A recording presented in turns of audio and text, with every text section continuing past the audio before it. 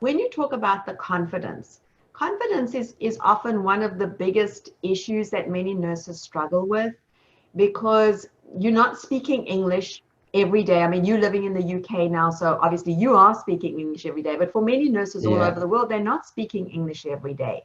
How do you gain that confidence? What do you tap into in yourself to gain that confidence? Any any advice in that regard? Well, that is a very good question, to be honest with you, because Yeah. before I took the IELTS for the first time, I thought of myself, why would I take this exam and what will its purpose be in my life? And I think that many of us, it's obvious that it's probably a prerequisite to go to the place that we're dreaming of.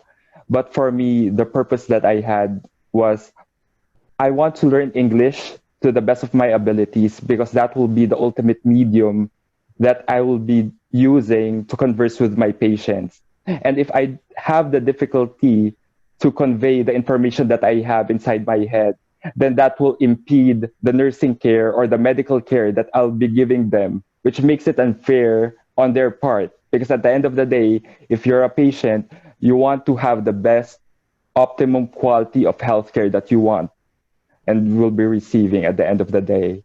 So with that being said, I said to myself, I will work very, very hard, and what matter the outcome is, that will never deter my grit and my tenacity to pursue that exam. Yeah, Okay, that's interesting, Ray, that you say that because I've asked that question of many nurses, and not everybody has said what you just said. It's not just about the exam, it's also about the care that I'm going to be giving yeah, to my nurses and my commitment to my profession that I'm going to yeah, give the best care possible, the best care that I can, so that my communication skills need to be really good. yes, That's exactly.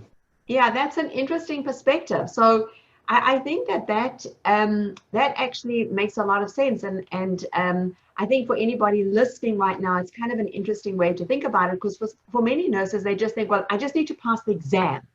Like if I can just do that, that's all that their mind is focusing on, not really how is that exam going to help me in the future when I'm Yeah, actually working with the nurses. Yeah. yes.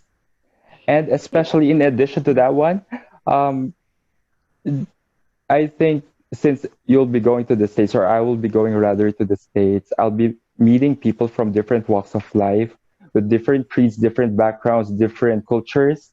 And I think the significant universal language will be English.